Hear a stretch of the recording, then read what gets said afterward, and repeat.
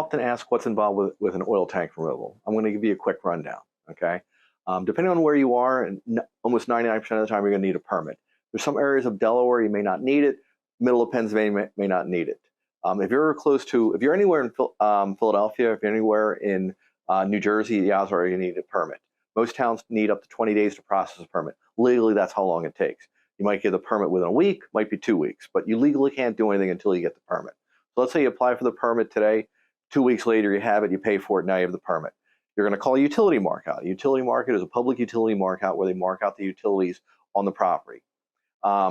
Gas, water, electric, if it's all serviced by utilities. If you have lines that you've done an electric line somewhere, or you're on septic, or you have well water, or you have a sprinkler system, you're supposed to mark that because we don't have X-ray vision. So now everything is marked, which takes about 3 days to get done, and people are going to show up to do the work. They're going to notify you and say, hey, we'll be there on Wednesday. You're probably going to get there on Wednesday, probably around 8 o'clock, maybe a little before, maybe a little bit after. First thing they're going to do is check the tank, see how much liquid's in there. If there's pumpable liquid, they're going to pump that liquid out.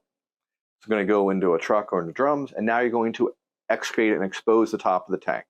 Okay, you're going to expose it. You're going to do a bigger footprint than the tank itself because you need to dig a bigger hole to be allowed to pull the tank out of the ground. Otherwise, the earth will hold it in. All right.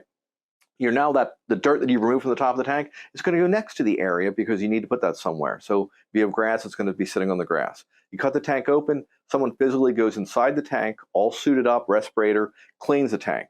It will be completely devoid of liquid, completely dry, kind of like a pan after you clean it after cooking. Once that's done, the tank gets removed from the ground and gets set next to the excavation. The inspector wants to come to inspect it that day to verify you actually removed the tank as you said you would from that property. Now we're going to inspect the tank above ground because they're concerned with everything, did the tank leak? So it's a multi-step process. We're going to be looking at the tank for any kind of holes. You might be like, oh, there's some pinholes in the tank. That's not so bad. Well, pinholes in a gallon of milk in your fridge is a big problem. You prefer not to have any holes, okay, just for the record, But it's all relative to really what the soil testing occurs.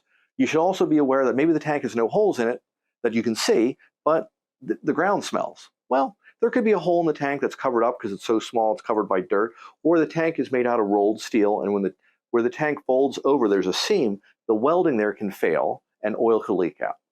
So you're like, oh, maybe there's some evidence that the tank could have leaked, maybe not. The bottom line is, just like going to the dentist and getting an x-ray, they want to verify if you have a cavity. We take soil samples, so we test. So we're going to collect 2 soil samples directly underneath where the tank was lying. That's going to go to a laboratory. So the sample's going to go in a cooler, goes to a lab, going to be analyzed. Okay. After the samples are done, you're going to backfill the hole and demobilize from the site. This all happens in 1 day, typically. Okay. The area is definitely going to look like something happened here, like maybe you buried a body. It definitely looks like something was dug up, but it's hand raked, it's level, probably needs a little bit of landscaping if it's under grass. Samples are at the lab. 5 to 7 days later, which is typically business days, we get the results. Your best result is the levels are non-detect. Wonderful, meaning there's nothing there.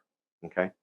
It's a great reading, and how do we express that data to you is we give you a report, and the report's actually about 30 to 40 pages long because it includes lab data, which is about 20 pages, but it includes a narrative of what I just told you about the whole permitting process, how we showed up, where the property's located, a couple pages of photos so you know where it was, a copy of the liquid receipt, the scraps, all the documentation to close the storyline on this project, the year the tank that was removed and it didn't leak. And it basically has conclusions at the end that also say the tank didn't leak because we didn't see any holes in the tank, didn't smell any odors. Laboratory analysis said that. So it's all very much specified in clear language. It's a digital copy that gets emailed to you that you have. People have questions about it, they can readily call our office because we do thousands of these a year. That's kind of your rainbows and unicorn story regarding removing a tank that doesn't leak. We're on a different video, we're going to talk about removing a tank that does leak.